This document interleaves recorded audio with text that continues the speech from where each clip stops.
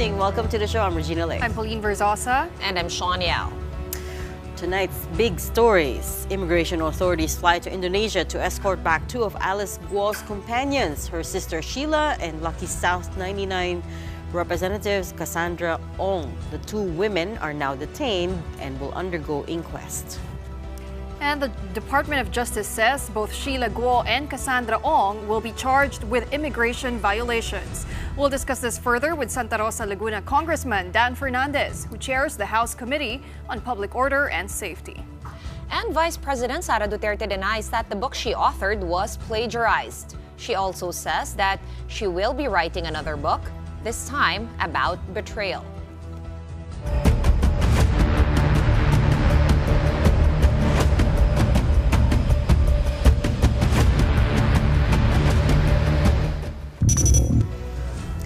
After a brief international manhunt, Alice Guo's sister, Sheila Lay Guo, and their business partner, Lucky South 99 representative Cassandra Lee Ong, are back in the Philippines and in detention. The two ladies arrived just before 5 p.m. this afternoon, escorted by officers from the Fugitive Search Unit, or FSU, of the Immigration Bureau. They were immediately whisked away to undergo medical examination and other legal processes. Now, the two women slipped out of the country alongside Alice Guo, but were the only ones arrested at a shopping mall in Batam, Indonesia earlier this week. Camille Samonte with the big story tonight. At 4:48 p.m., Sheila Lay Guo, Alice Guo's sister, and Cassandra Lee Ong, Lucky South 99's authorized representative, landed in the country following their arrest in Indonesia. They were aboard PAL PR 540 from Jakarta. Drift immigration officials and police were seen heavily guarding the NAIA Terminal 1 ahead of the arrival of the two ladies who were mobbed when they landed. Sheila Guo was initially transported out of the airport in a wheelchair and into a bus. The two were nabbed by Indonesian immigration officials at Mega Mall Batam Center, a mall in Riau, Indonesia, on August 20, Tuesday. Based on intelligence gathered so far, the two and former Bamban Mayor Alice Guo entered Jakarta, Indonesia from Singapore through a cruise ship. Authorities, however, are still looking for Alice Guo. The Presidential Anti-Organized Crime Commission, or PAOCC, released an alleged photo of Alice Guo together with another woman. PAOCC said this was taken in Kuala Lumpur, Malaysia last July 21 before Guo flew to Singapore. Tutugma kasi yung mga timeline ng pictures at saka yung immigration records na nakuha natin doon sa Immigration Bureau netong Malaysia. The agency is still trying to find out who is the woman in the picture with Guo. PAOCC says Alice Guo's other sibling Wesley is still somewhere overseas, while the former Bamban mayor is likely still in Indonesia. Si Alice Lay Guo ay hindi nila namataan kahapon hanggang kanina doon sa Batam, Indonesia. Pero wala rin silang sinabi na nakalabas na po ito ng bansa. So malakas ang aming paniniwala na si Alice Lay Guo, si Guwaping, nasa loob pa ng Indonesia. Meanwhile, the DOJ said the arrest of Cassiong proves the connection between the illegal pogo hubs in Bamban and in Porac. Well, we found a connection between Alice Guo and Cassandra Lee Ong. A definite connection was found by our people. Which means that Bamban and Porac are closely related, and remember that despite all the denials of former Secretary Roque, it appears that they're really intimately related. Alice Guo's two arrested companions were first brought to an immigration facility to undergo briefing, medical examination, and other legal processes. The DOJ said this is to determine whether the two violated any immigration law. Later on, they will be questioned by the NBI. Questioning muna. We have to debrief them. Dapat malaman namin kung ano nangyari. We have to process them first. Saka na muna yung legislative investigation. We have to process everybody in accordance with the law. Dapat dyan yung rights inaano natin eh. We have to respect the rights of people. The Senate Sergeant at Arms, meanwhile, is set to arrest Sheila Guo, who has been cited in contempt for skipping the chamber's hearings on pogos. She will be detained in the Senate for the meantime. As for Ong, the Senate is still looking into a possible motion to cite her in contempt. For News 5, Camille Samonte, we are One News. So possible motion pa lang to cite her in contempt. So it's important to note that at this point, Sheila Guo and Cassandra Leong have not been charged any crimes. So they're being detained over their failure to appear before the summons of the legislative committees. Sheila's is covered by the Senate, while Cassandra was cited in contempt by the House earlier. But according to DOJ spokesman Attorney Miko Clavano, they will also be charged, the two women will also be charged with immigration violations. Clavano says Cassandra Leong will likely be charged with obstruction of justice too. Ms. Guo will have to be under the custody of immigration dahil yung charge naman sa kanya po ay immigration violation. May arrest warrant pa po ba siya? Well, the Senate has already, the House has already issued an order of arrest for her. However, we have to charge her with obstruction of justice, which is a crime we believe she has committed in this case. Kaya po, dadaan muna natin sa inquest proceedings over the weekend. Lahat po ng proseso na idadaan po ng dalawa, they will be presented in either the House or the Senate. The legal custody will have to be with immigration dahil po yung violation po niya ay violation of immigration laws. So how are they nabbed by Indonesian authorities so quickly? Well, Bureau of Immigration Commissioner Norman Tansingco said they immediately coordinated with their counterparts in Indonesia upon learning that Ong and the three Guos, the other two being Alice and her brother Wesley, traveled to Batam, Indonesia on August 18. Indonesian immigration intelligence officers then immediately initiated an investigation on the group's whereabouts. They checked surveillance and searched through their foreigner reporting applications. By that point, the Guos and Ong were considered illegal aliens by Indonesian authorities since they were wanted in the Philippines.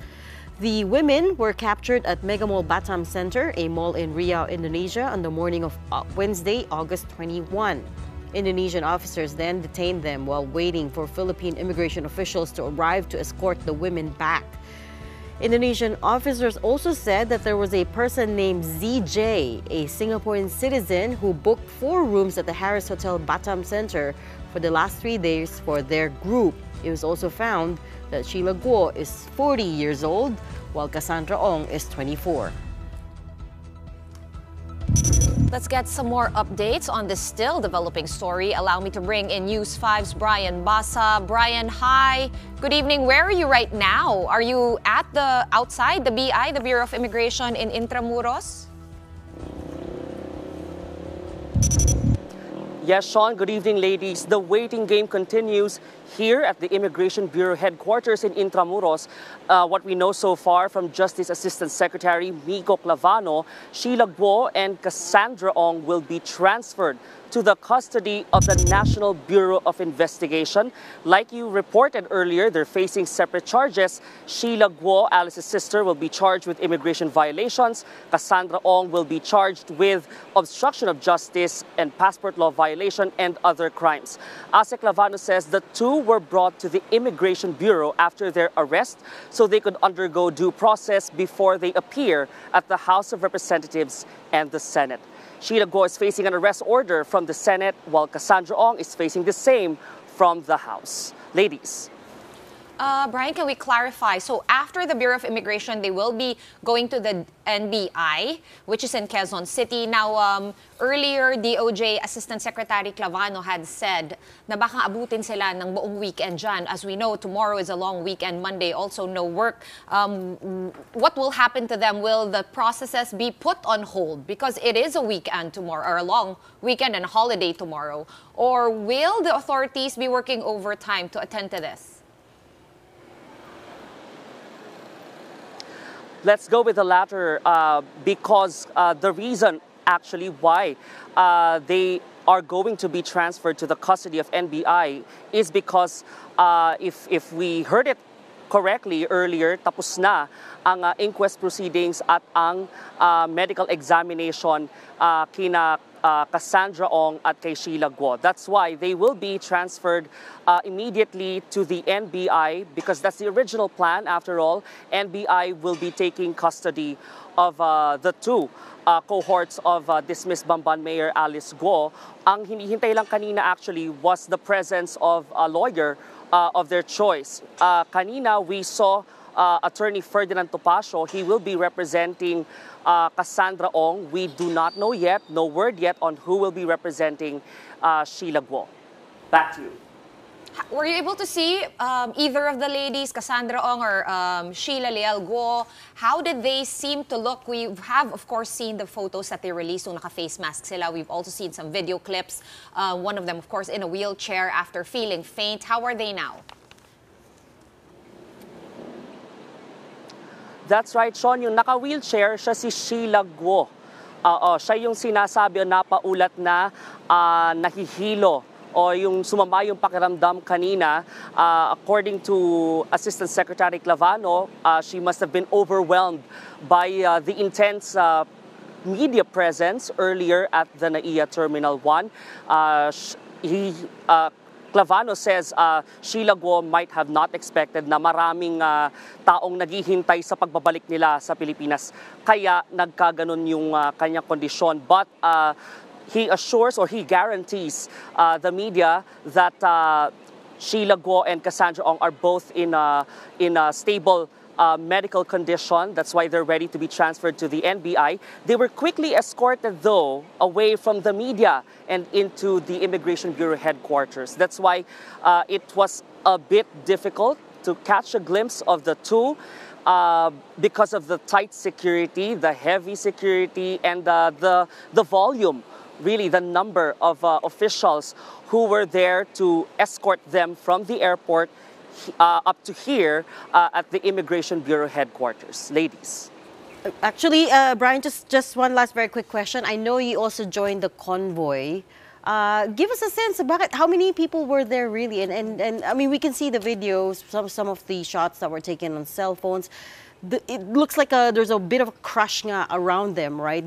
They were mobbed, essentially. Tapos sumunod ba kayo in a convoy? What was that like? Oh, Regina, it was a bumpy ride from the airport papunta rito. Talagang, I don't know if I should call it a media frenzy because, you know, the media vans were racing just so they could get as close as possible to that minibus where the two ladies boarded. And from where we were earlier during that trip, it was a bit of there was a bit of a distance because there were several vehicles lined up. After that minibus, we saw vehicles from the police. So you saw members of the SWAT there, making sure that security is tight and up and running as they make their way to the immigration headquarters. We also saw several government vehicles. So safe to say that there is a lot of people. There are plenty of government officials, government officers who are there, making sure they're on top of the situation, making sure that Sheila Guo and Cassandra Ong will make it safely to the Immigration Bureau so that they could be transferred to the custody of the National Bureau of Investigation and eventually so that they could be presented to both chambers of Congress. Back to you. That must have been hectic. All I can say is lucky you guys didn't pass through EDSA at that time. Otherwise, there would have been no change. Or I mean, maybe lucky for them. It right? would have been such a bumpy ride. It would have been just at a standstill. All right, thank you so much for that update. News 5's Brian Basa joining us live from Intramuros outside the Bureau of Immigration. Okay, here to talk more about what the lower house will do, we've got tonight Santa Rosa Congressman Dan Fernandez. Congressman Fernandez also chairs the House Committee on Public Order and Safety. Good evening, Congressman Fernandez. Thanks also for taking time out to talk to us. I can see you're in your vehicle. Stuck in traffic? No, we're still here in the House of Representatives. We're still having a hearing right now. Okay, perfect. And we're not yet done with the Quadcom committee. So you're... Thank you for having me. So you stepped away from the Quad Committee hearing. So okay, Alice go muna tayo in her case. You know that they will turn her companions over to the House soon. Specifically, si Cassandra Leong. What are you hoping to get out of her? We're basically kasi we're trying to find out yung we're particularly dun sa sa Committee on Public Order and Safety, and now that we have this Quadcom committee, we're talking about the criminal elements that were perpetrated these pogos that were allowed before, and apparently there are some illegal activities that were going on with the different pogos that were closed by the PAOCC. And basically, particularly in the public order and safety, we have seen so many foreigners were found na talagang victims of these illegal pogos. And we wanted to focus the responsibility and culpability of Cassandra Ong because she is one of the incorporators of the Lucky South 99 Incorporated. And at the same time, we wanted to collaborate the testimony of Ronelyn Baterna, who is the corporate secretary of the Lucky South 99, who have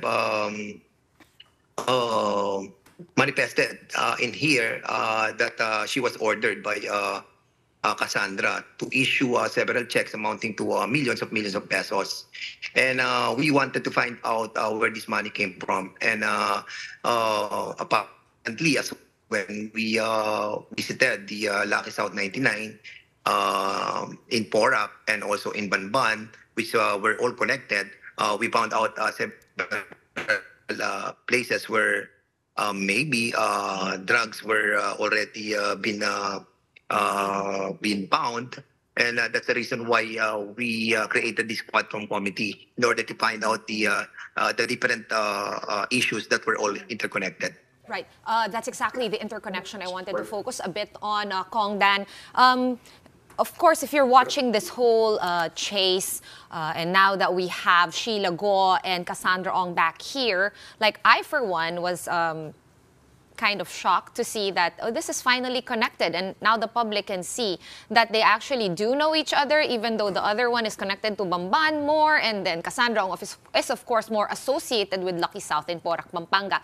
What is the connection between, Alice Guo and Cassandra Ong? How are they interconnected? What has the Quadcom found out about that relationship? Well, basically, interconnected sila, excuse me, interconnected because of all the relationship, the personal relationship that they have, aside also from the yung nag-i-intertwine yung kanilang mga incorporators. Basically sa Banban, we have found out that the brother of Alice Go were somehow connected also with Cassandra Ong, who handles the Porac Pogo. And what we wanted to find out is who is really controlling them. Well, we all know that sa Banban it was Alice Go, and we still believe that there is somebody behind him, behind her, and as well as with Cassandra Ong. And if you will be able to see all the documents pertaining to their corporations, we will find out that initially there were Chinese incorporators. And what we wanted to find out was the real intention of these Chinese people who initially started these pogos. And basically, we can say that at first, these pogos were for the purpose of having an online gaming. But unfortunately, it evolved to something else. The lab scam, the investment scam, the different scam that they have perpetrated in these pogos make it more profitable for them. And yun na nga, what we wanted in this Quadcom, malaman po natin who are the Chinese personalities that are really behind of this scheme, making the properties owned by them, the criminal elements perpetrated by them, and that involvement of drugs as well. Congressman, what do you mean Wesley is connected to Cassandra Ong? Do we know what the relationship there is? Yeah, you mentioned it was a personal relationship. Are they friends? Are yes, they, no, the brother of Cassandra Ong, the brother of Alice Go, who is Wesley. It was well, not manifested, but in confidence was relayed to us that there is some relationship, personal relationship between them. And one of the links between the Pogo in, aside from the documents and also the personal circumstances, leads that these two Pogos are interrelated. And aside from that as well, you will be finding out that those construction and structure of all the buildings that were constructed in Pogos in Banban and Porac were somehow all the same ang structure nila. Kaya nga nang pumunta kami, we thought that the architecture and the engineering design that was used for both areas were somehow same contractor. Na-verify niyo po ba yun, Kong? Same contractor or architect nga ba? Or hindi pa siya verified? We went there and we were able to find out yung different structure nila, almost the same sa Banban and also in Porac. But we're trying to get all the documents pertaining to that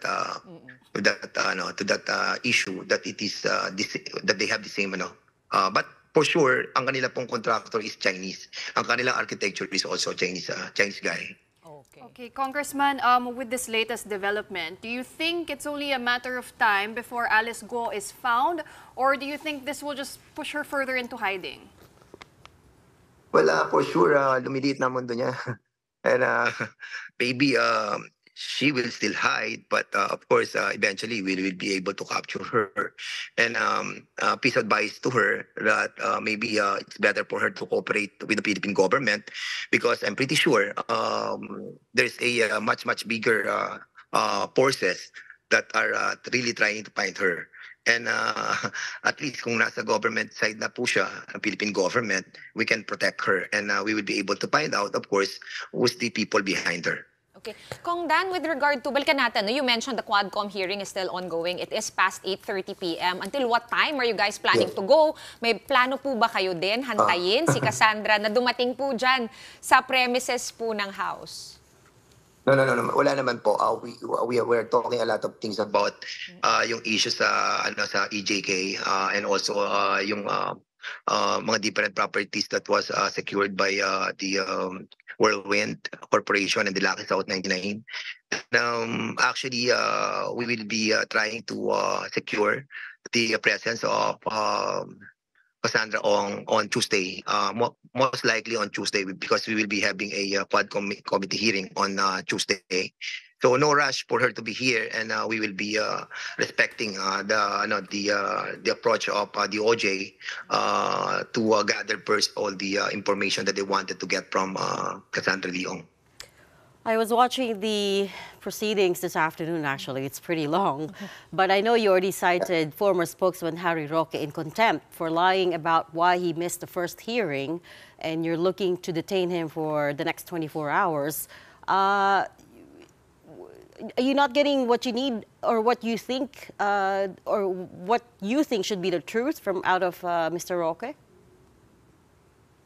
Well, it's a collective decision of the Quadcom, and we have suspended the hearing so many times to discuss thoroughly the issue of Secretary Harry Roque being a former member of this house. But of course, we have to follow the rules, and we cited him in contempt. And since the apology that was manifested by Attorney Harry was accepted by the members of the Quad Committee, it doesn't entail that we will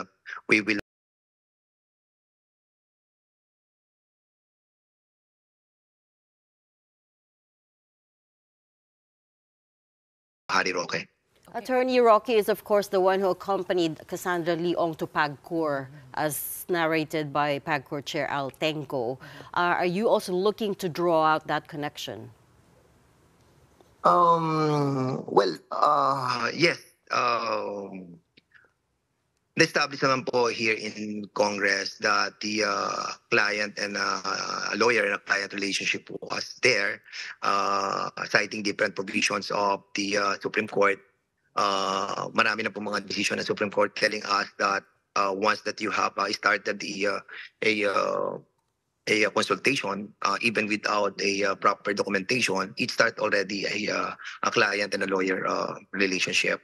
And aside from that relationship that Harry Roque have with Cassandra Leong, we're trying to establish also the deeper interconnection of the Whirlwind Corporation, which is being headed by Cassandra Leong, and the Lucky South 99, because you have to understand that the Lucky South 99 is the one being given by PAOCC of a license to operate, and the Whirlwind Corporation is the one handling the development of the area of the Pogo Hub, and basically they have established here in our Quadcom that the incorporators of the Whirlwind and the incorporators of the Lucky South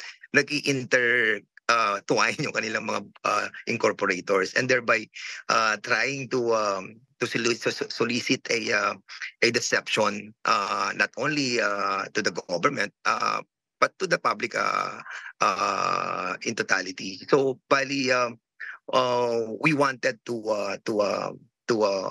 really find out that people behind these all corporations that are operating these illegal pogos are being perpetrated by Chinese personalities. Kasi we don't believe that these Filipinos are really directly managing the operation. It is all the Chinese people. Okay, Kong Dan, related to that, another interconnection, no? And another goal of the Squadcom is to make a connection to the illegal drug trade here in the Philippines, right? I believe the Senate, in their own investigation, have kind of made some small connections between the drug trade and illegal pogos. Have you guys uncovered more of the same to back up that connection? What have you guys found out in Quadcom? Well, actually, we started this investigation a year ago. When I started with my own committee, we were able to establish the bypass operation that being conducted by the different PNP officials. And we found out na talagang peke yung kanilang mga ginagawang bypass, no? And doon naman po sa public accounts, we were able to find out that all the thousand of hectares are being bought by the Chinese, pure Chinese people in violation of our constitution. And doon sa hearing namin sa public accounts, merong common denominator that always exists, no?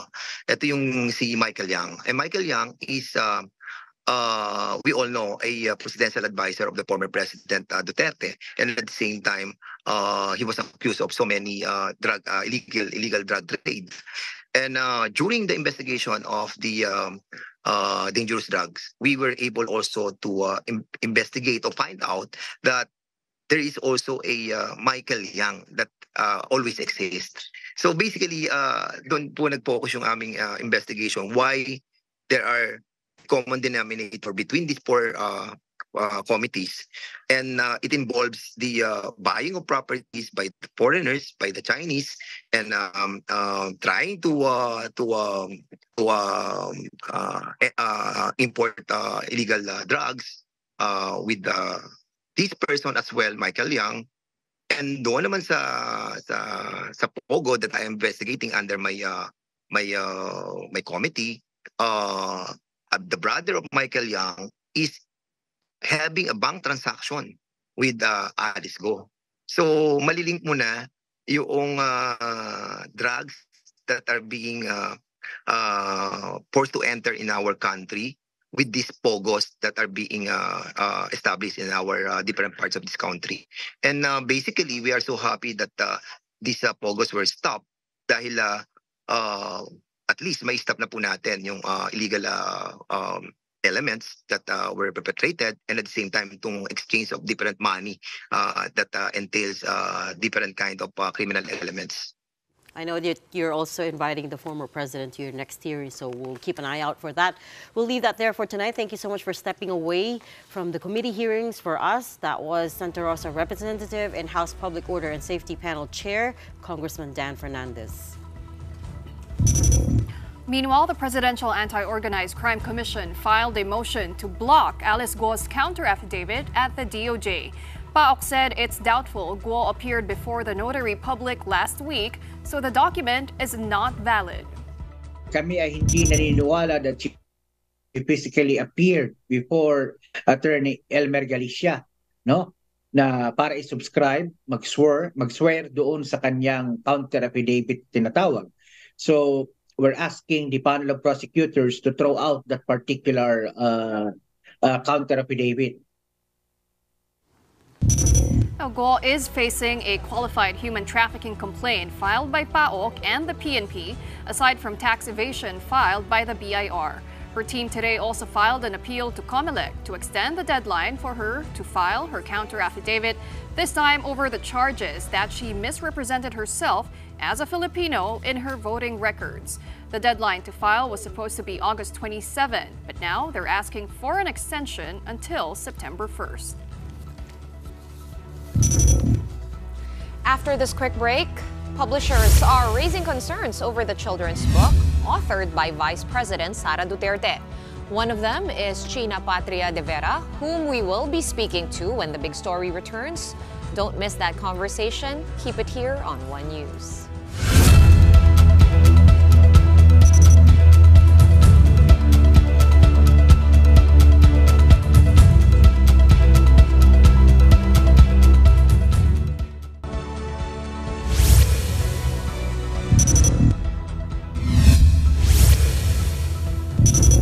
Welcome back. You are watching the big story here on One News. Vice President Sara Duterte is not taking critiques of her children's book well, especially over the insinuation that she's guilty of plagiarism. In a statement today, the VP said that there's no need to resort to copying others' works since anyone can easily write a short story based on her experiences. She went on to defend the book she authored called Isang Kaibigan, or A Friend, saying it's meant to inspire children to read about and write their own stories. For her, the country's problem is not the lack of books, but the difficulty in reading amongst school children. The last line of the Vice President's statement reads, "Abangan nyo ang susunod kong isusulat na libro tungkol sa pagtataksil ng isang kaibigan." Meantime, book publisher and former National Book Development Board Executive Director Andrea Pasion Flores said there's a problem with the VP's book. It's not something that a child should read on his or her own. So it could be a read-along book where you have the child on the lap of the mom or the dad or a kuya or ate, and they go through the story together. And I feel that's important because of the topic of the book. The book has a tragedy, no? Very, very tragic yung nangyari yata dito sa Quago, no? Nasira yung bahay niya ng isang unos. So that has to be explained to a young child, no? It's not just the content that has a lot of people up in arms over the book authored by the Vice President. There's also the question of cost, 10 million pesos to print and distribute the book, with the money coming out of taxpayers' pockets. Let's get the insights of another publisher on this. We have with us tonight China Patria de Vera, who runs Aklat Alamid, an independent children's book publishing house. China is also a member of the Indie Publishers Collab Philippines. China, good evening. Thanks for being with us. Yes, good evening. Apologies because I'm on the road, so it might be a little bit blurry and I might not be that clear, but I'm gonna try my best. That's all right. We can hear you fine for now. So let's start from a broad overview. What seems to be the problem with this book for you? The issue here is that the book, it is clear that children's book is the first book that ang mga bata, so I'm gonna speak Filipino now. Ang mga bata, yan yung una nilang libro, ano. So that's if this is the first book China, of children, we must make sure that the quality of the books are good, no? So like what quality books. So if we don't the standards ay maging problematic. So mahalaga talaga yung pagtitiyak ng kalidad, no? At pagdaan nito sa mga workshop or balihan, no? Number one yun. And number two, issue here is that we are children's book writers and publishers, independently publishing our books. We wanted to we wanted to also, like what she said earlier, no, or yesterday, we also wanted to share our mga stories, but the thing is we don't have enough support, and I think this is a privilege coming from her end kasi number one, I think there's a line agencies na dapat yun sana ang mag-offer, at least kung talagang ang internet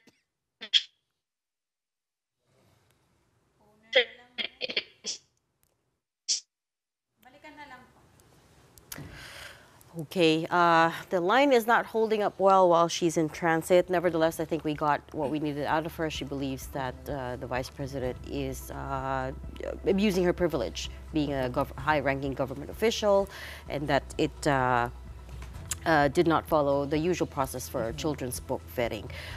We're going to have to leave that there. That was China Patria de Vera, runs Aklat Alamid, an independent children's book publishing house.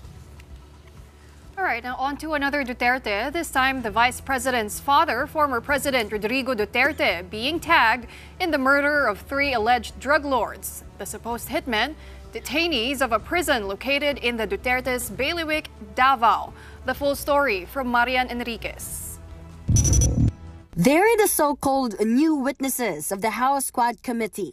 Fernando Magdadaro and Leopoldo Tan are persons deprived of liberty, or PDLs, now confessing to the killing of 3 suspected Chinese drug lords at the Davao Prison and Penal Farm in August of 2016. And their story goes all the way up to then President Rodrigo Duterte. Tan's account begins with SPO4 Arthur Narsoles approaching him for the hit 8 years ago. Narsoles was a high school classmate of Tan's and at that time was assigned to the CIDG Region 11. The targets, Chinese nationals and supposed drug lords Cho Kin Tong alias Tony Lim, Jackson Lee, and Peter Wang, who are all detained at the Davao Prison's maximum security facility compound. The reward, 1 million pesos for each victim and Tan's freedom. Sinabi niya na may ipatatrabaho ako sa iyo at may basbas sa taas. Baka matulungan ka rin namin na makalaya. Kakausapin ko namin ang presidente. Sinabi pa ni SPO4 Arthur Narsoles na ang mga Chinese na mga ito ay drug lords at galit ang presidente sa kanila. Eventually, Tan accepted the job and brought in Magdadaro. Tan went on that on August 13, 2016, he and Magdadaro were placed in a smaller prison cell along with the 3 Chinese nationals. The mayor of the PDL in charge of the cell allegedly gave Tan and Magdadaro the knives used to stab the victims to death. After the killings, Davao Prison's Warden Superintendent Gerardo Padilla supposedly told the 2 PDLs to throw the murder weapons right outside the cell and walk them out of it. Then, a conversation between Padilla and the supposed mastermind of the crime. Habang naglalakad kami papuntang investigation section, tumunog ang cellphone ni Superintendent Padilla. Nakita ko na pinindot ni Superintendent Padilla ang kanyang cellphone. Nadinig ko na sinabi nung tumawag kay Superintendent Padilla, "Congrats, Superintendent Padilla. Job well done." Pero grabe yung ginawa, dinuguan. Alam ko na ang kausap ni Superintendent Padilla ay si President Duterte dahil pamilyar ko ang boses niya. Nakakausap mo ba si President Duterte? Naririnig ko lang lagi yung boses niya, kaya pamilyar yung boses na narinig ko. Sige, patuloy lang. Pagkatapos ng tawag, sabi ni Superintendent Padilla sa mga kasamahan niya doon, tumawag si Presidente, nag-congrats sa akin. Dahil sa sinabing ito ni Superintendent Padilla, kaya lalo akong napaniwala na ang tumawag sa kanya ay si President Duterte. According to Tan, Narsoles dropped by the prison 2 days after the murder to talk about the reward, which will be handed over to their spouses. Tan and Magdadaro later on learned that the bounty was 1 million pesos short and both remained in jail. Nakumbik kami sa pagpatay sa 3 Chinese drug lord. Ibinigay ko itong salaysay na ito dahil sa galit ko sa kanila. Ginawa naman naming ang pinatrabaho nila pero hindi naman tinupad ang kalayaan na pinangako. Hanggang matapos ang administrasyon, hindi kami tinulungan na lumabas. With this development, the Quad Committee moved to summon former President Duterte to their next hearing. In the interest of fairness, may I move to invite the former President to hear his side on this matter. Duly seconded, and hearing no objection, the motion is carried. But it remains to be seen if Duterte will attend the probe. According to his former chief legal counsel, Attorney Sal Panelo, this is a clear demolition job against Duterte and his family. He says the use of convicted felons to testify against the former president is the work of enemies. Aside from Duterte, personalities tagged by the Quad's 2 new witnesses will also get invitations to appear before the next hearing next week. For now, Tan and Magdadaro will remain in the custody of the House of Representatives, as approved by the Bureau of Corrections. For News 5, Marian Enriquez, we are One News. We're pausing for another quick break. Right after that, Houthi rebels attack a Filipino crude ship in the Red Sea, causing severe damage and leaving the vessel adrift. The details when the big story returns. Stay with us.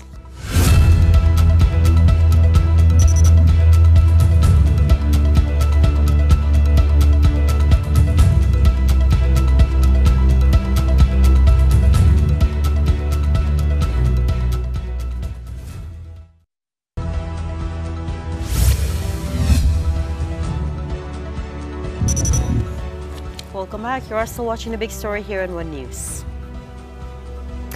Yemen's Houthi rebels attacked a Filipino crude oil tanker in the Red Sea.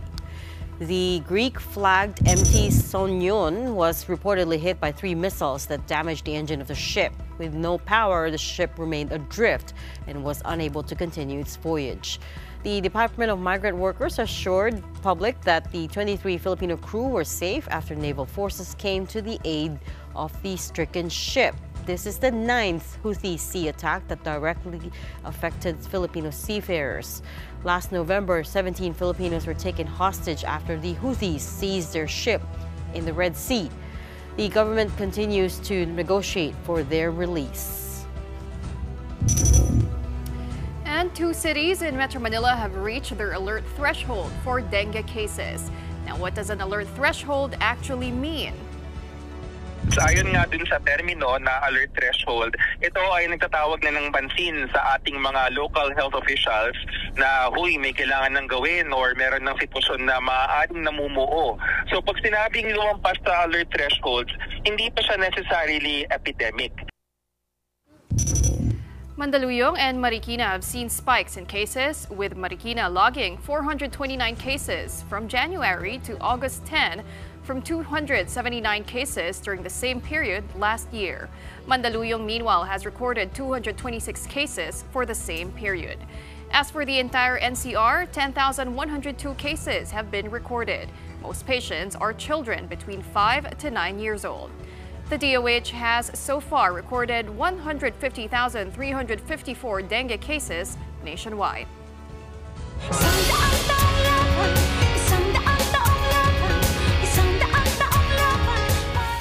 On to sports now. President Bongbong Marcos today met with golfer Dottie Ardina and gymnasts Alea Finnegan, Emma Malabuyo, and Levi Jong Rivivar. The 4 women, along with golfer Bianca Pagdanganan, who is currently training overseas, missed the hero's welcome for the Philippine delegation in Paris 2024 on August 13. The 5 Olympians, according to the president, were unable to attend the first ceremony due to prior commitments and a mix-up in communication. The president expressed regret that they missed the parade, but was pleased that they were able to be honored in this way. Like the other non-medalists, they will each receive 2 million pesos from the Office of the President and PAGCOR. Pareho naman yung kanilang pinaghirapan. So dapat ano din natin, isama rin natin dun sa lahat ng mga pagtanggap sa ating mga Olympian na ating ginawa. Sayang lang, hindi nila naabutan yung parada. Pero at least lahat ng everything else nagawa nila. So we're happy we were able to do something extra for those that did not make it to the first one. And more incentives for Golden Boy Carlos Yulo, this time from none other than sports patron and PLDT chairman Manny V. Pangilinan. In line with his consistent support to Philippine sports, Pangilinan gave a cash reward of 10 million pesos to Yulo and 2 million pesos each to bronze-winning boxers Nesty Petesio and Ira Villegas. Yulo's coaching staff, meanwhile, also netted 5 million total from Pangilinan, while the boxers' mentors received 2 million pesos collectively. Now, all in all, Yulo has received over 100 million pesos in total incentives. The real credit belongs to them.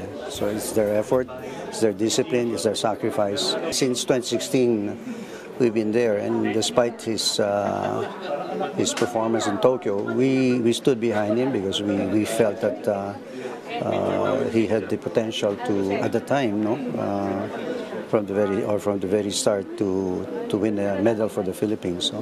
So nandun kami, and not only with Kaloy but with the other athletes. The 24-year-old gymnast is already thinking about returning to training later this year. This is in preparation for the 2028 Los Angeles Olympics. And one of Kaloy's aspirations is to create his own gymnastics element or move that will be named after him. Kailangan ko rin po mag-explore kasi very not sustainable po kasi yung mga ganang bagay din. Kasi hindi siya palagi nako-compete po eh. And kailangan unique din po yung may pakita akong skill. So yeah, tatry ko po. All right, can't believe the Olympics is still not over. So cash prizes keep rolling in for Golden Boy Carlos Yulo. But before we go, it was also a rather busy day for our Olympic bronze medalists, Nesty Petesio and Ira Villegas, who were both warmly welcomed in their hometowns.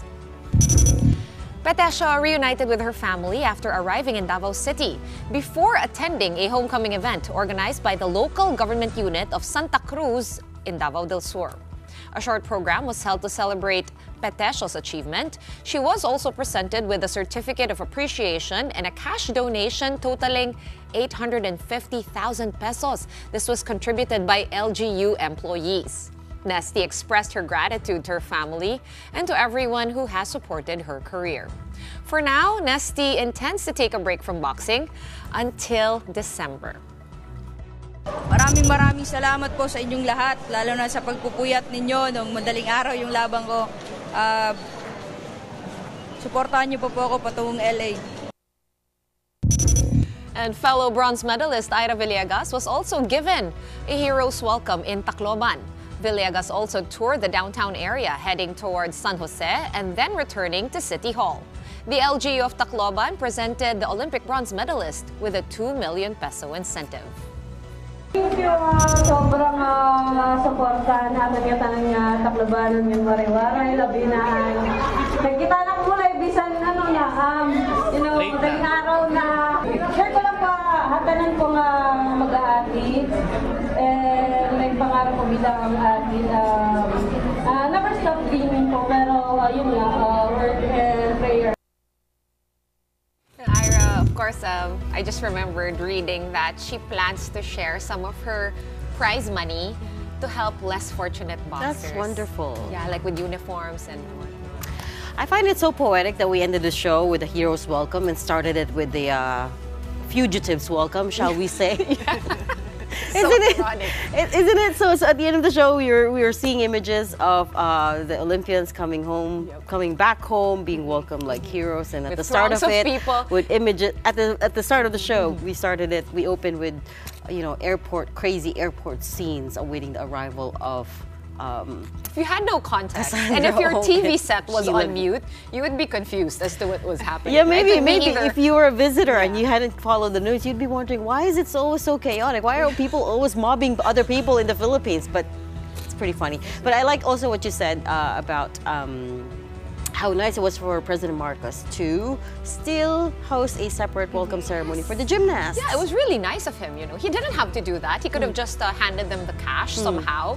But it was so nice to have them, have the remedial makeup session for the missed. They did mention it's something that's very important for them to be recognized. It's once in a lifetime, right? And they don't know if they'll come back for another Olympics. So just getting that recognition is so important.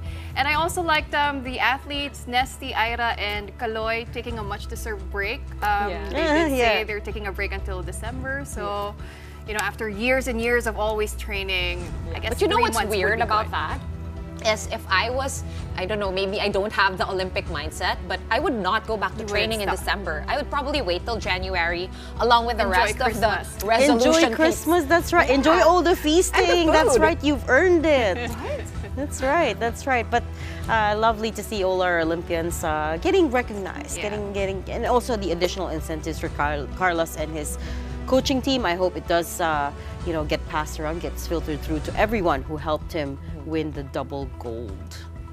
Right, and also for this to just be the beginning of our sports and Olympic journeys of winning more medals. It's a cute, it's a wonderful dream to have a move named after him, kind of like how Simone Biles has the Biles. Right? She has how many Biles? It's not just one. I think she has 5 moves named after. But so far, only Simone Biles is able to do the Biles. So maybe one day only we'll have Carlos will be able to do the Yulo. The Yulo. Until it's got a nice ring to it, the Yulo. And also, of course, it is a long weekend tomorrow. No work. Also on Monday. But for this Thursday night, that's it from the big story. We will still be on air, though, tomorrow night. We are One News, all sides, all the time. Thanks for tuning in. Have a good night.